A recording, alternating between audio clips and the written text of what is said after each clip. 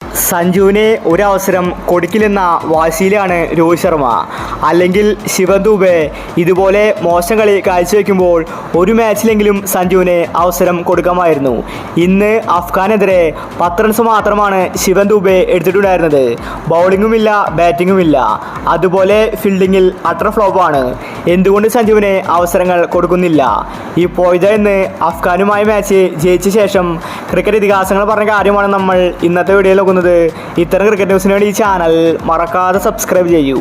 Cricket ഇതിഹാസങ്ങൾ പറഞ്ഞത് ഇങ്ങനെയായിരുന്നു: Indian team കളി ജയിച്ചു, അത് ശരി തന്നെയാണ്. പക്ഷേ ഇന്ത്യൻ ടീമിൽ ഒരുപാട് മിസ്റ്റേക്കുകൾ വന്നിട്ടുണ്ട്.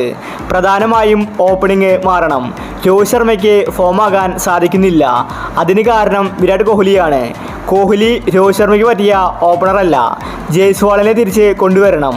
അതുപോലെ ശിവം ദുബെ എന്തിനാണ് ഇന്ത്യൻ ടീമിൽ? അദ്ദേഹത്തിന് ഒന്നും തന്നെ ചെയ്യാൻ സാധിക്കുന്നില്ല. ബാറ്റിങ്ങിലാണെങ്കിൽ അട്ടർ ഫ്ലോപ്പാണ്, ബൗളിങ്ങും ചെയ്യുന്നില്ല. ഇന്ത്യൻ ടീം ഉടനെ തന്നെ ശിവം ദുബെയെ പ്ലേയിങ് ലെവലിൽ നിന്ന് മാറ്റണം. സഞ്ജുവിന് അവസരം കൊടുക്കണം. സഞ്ജു കളിക്കേണ്ട സമയം അതിക്രമിച്ചു. എന്തുകൊണ്ട് ഒരു മാച്ചിൽ പോലും സഞ്ജുവിനെ കളിപ്പിക്കുന്നില്ല?